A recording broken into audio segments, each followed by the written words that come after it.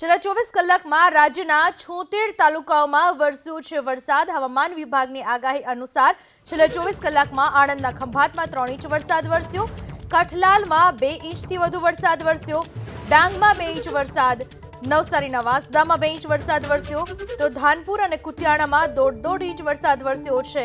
થાનગઢ અને દાંતામાં પણ 1.5 ઇંચ વરસાદ વરસ્યો, તો દાંતા, ધોરાજી અને જેતપુરમાં 1.25 ઇંચ વરસાદ વરસ્યો છે।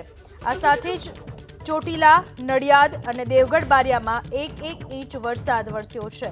છેલ્લા 24 કલાકમાં 76 તાલુકામાં વરસાદ નોંધાવા પામ્યો છે, જેમાં 24 કલાકમાં ચોટીલા, નડિયાદ, દેવગઢ બારિયામાં 1 ઇંચ, દાંતા, ધોરાજી, જેતપુરમાં 1.25 ઇંચ, થાનગઢ, દાંતા, ધાનપુર, કુતિયાણામાં 1.5 ઇંચ, વાંસદા, ડાંગ, કઠલાલમાં 2 ઇંચ વરસાદ વરસ્યો, ખંભાતમાં 3 ઇંચ વરસાદ વરસ્યો છે। હજુ પણ આગામી દિવસોમાં વરસાદ વરસવાની આગાહી હવામાન વિભાગે વ્યક્ત કરી છે।